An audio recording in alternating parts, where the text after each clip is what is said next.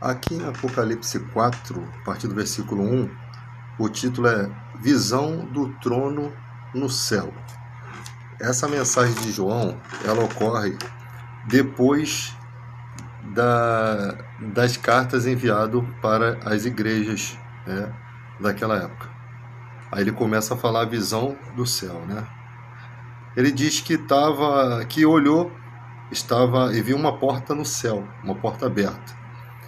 E uma voz, né, como voz de trombeta, falando com ele, dizendo para ele subir, né, sobe aqui e mostrar-te as coisas que depois destas devem acontecer, né?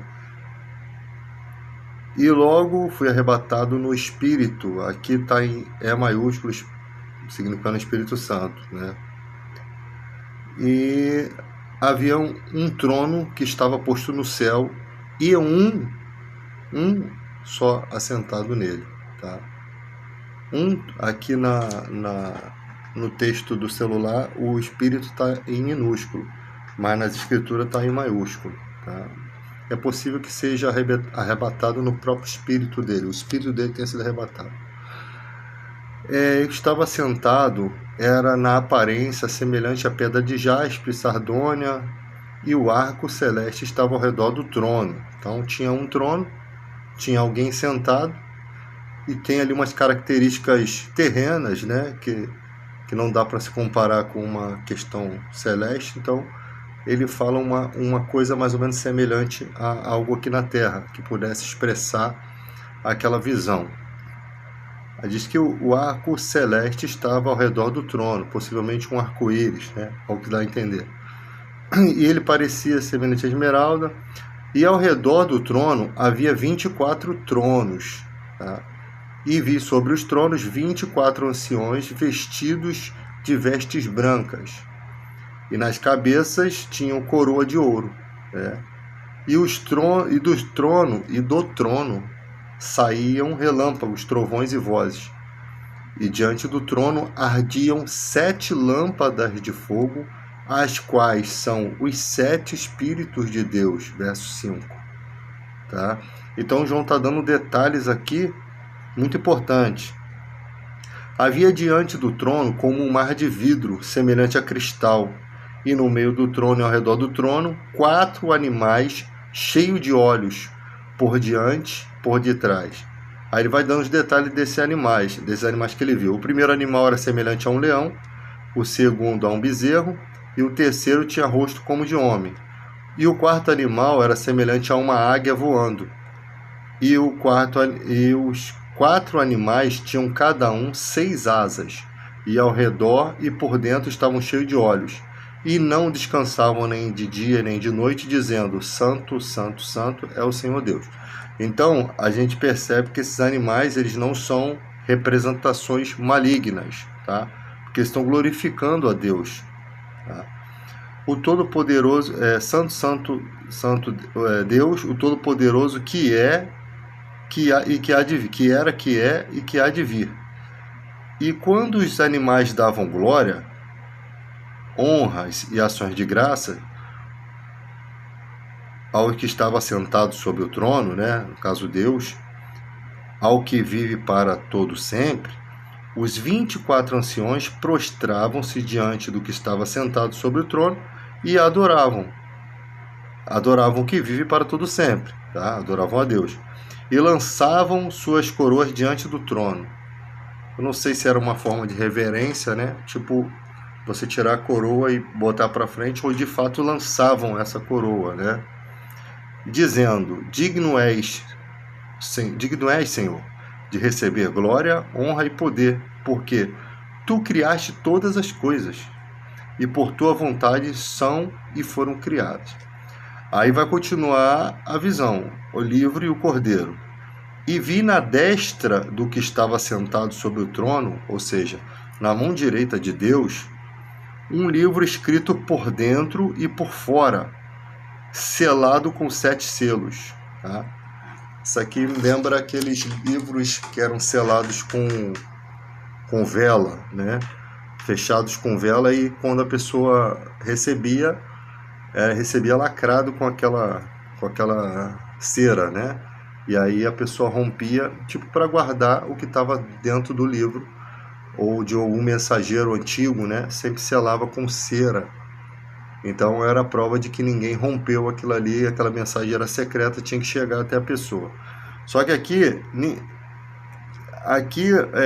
o livro era escrito por dentro e por fora, não se sabe o que era escrito, e ele era selado com selos. Tá?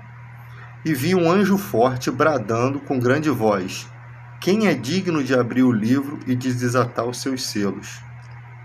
E ninguém no céu, nem na terra, nem debaixo da terra podia abrir o livro, nem olhar para ele. Então ninguém na terra ou debaixo dela, ninguém é digno nem de olhar para esse livro, quanto menos de abrir. Tá? É o texto que está dizendo aqui. E João disse que chorava muito, porque ninguém for achado digno de abrir o livro, nem de o ler, e nem de olhar para ele. E disse-me um dos anciãos, não chores, né? Eis aqui o leão da tribo de Judá, a raiz de Davi, que venceu para abrir o livro e desatar os seus 7 selos. E olhei e vi que estavam no meio do trono e dos 4 animais viventes, e entre os anciões, um cordeiro, como havendo sido morto, e tinha 7 chifres, 7 olhos, que são os 7 Espíritos de Deus enviados a toda a terra. Então, novamente, é falado como no versículo 5 do capítulo 4, dos 7 Espíritos que foram enviados para toda a terra. Tá?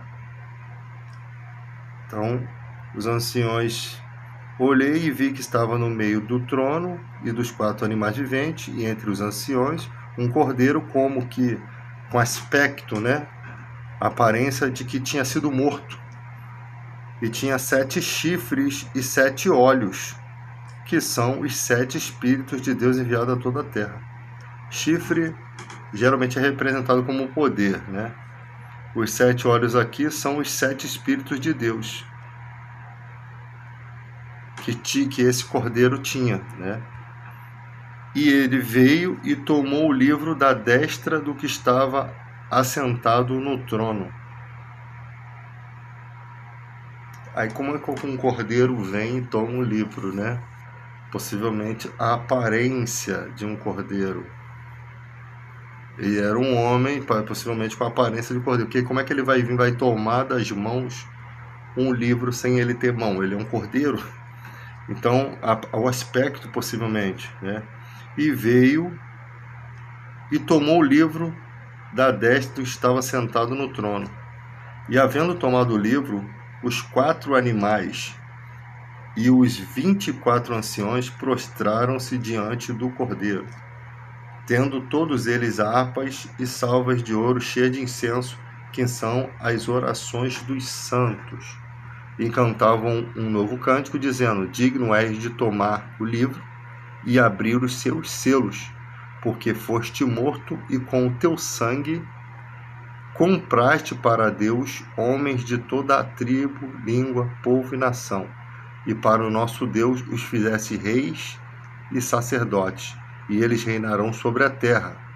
E olhei e ouvi a voz de muitos anjos ao redor do trono, e dos animais e dos anciãos, e era o número deles milhões de milhões e milhares de milhares, que com grande voz diziam: digno és o cordeiro que foi morto, né, de receber poder, riqueza, sabedoria, força, honra, glória e ação de graça.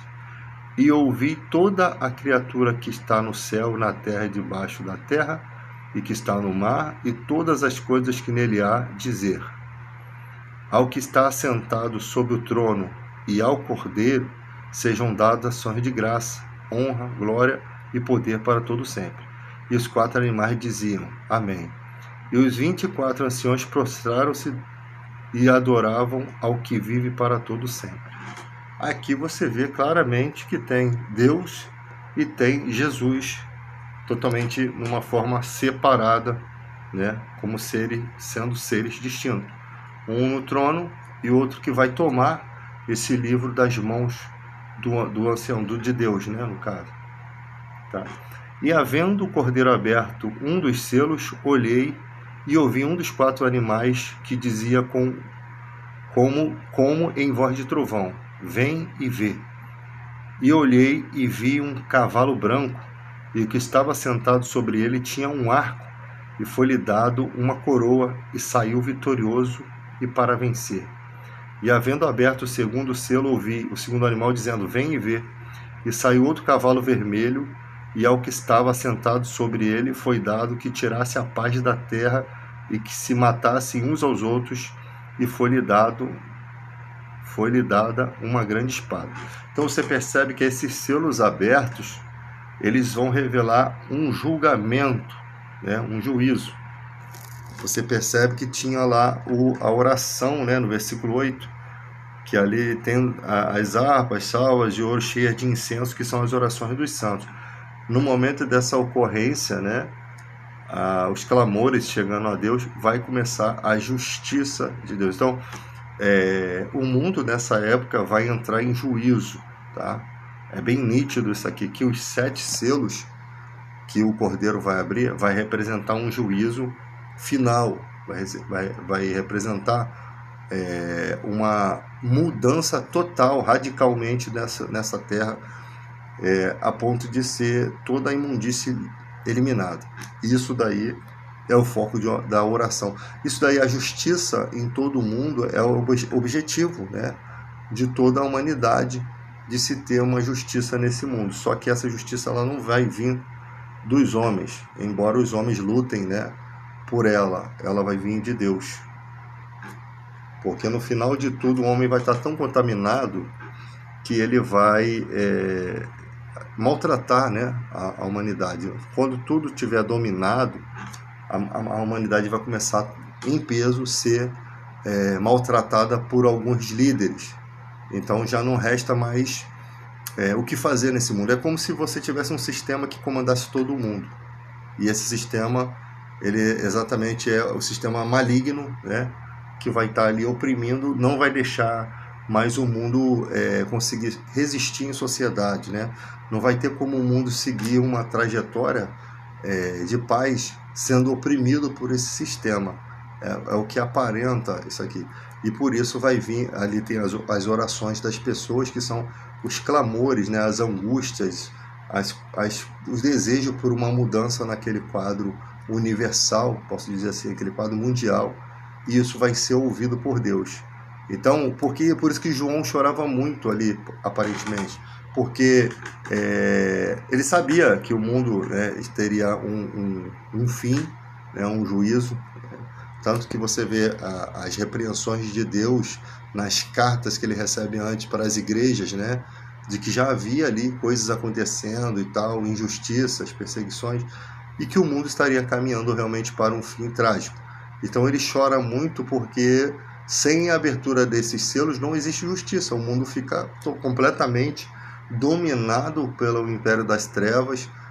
As pessoas nascem no meio de uma Sodoma e Gomorra, nascem oprimidas já, entende? Maltratadas pelos que já estão aqui, como aconteceu com os escravos, por exemplo. Os escravos nasceram num contexto social de que eles não sabiam que eles eram os escravos. Eles não entendiam outro tipo de vivência, né?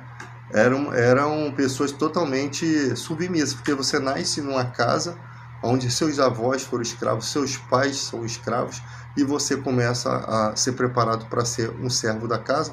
Você acredita que a vida é daquela forma, porque você não tem noção, você não teve estudo, não teve nada. Imagina você nascer numa sociedade assim, quantas injustiças.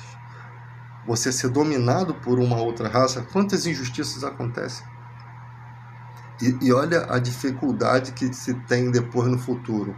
Até para chegar à época da segregação racial, que eram épocas ainda que chegou uma época, teve a época que não podiam estudar, e depois chegou a época que podiam estudar, mas ainda havia segregação, no ônibus havia separação, ainda havia repulsa da sociedade, havia escolas que só brancos estudavam, né? Pessoas negras eram maltratadas. Então, naquele nível ali já estava um pouco melhorado, né?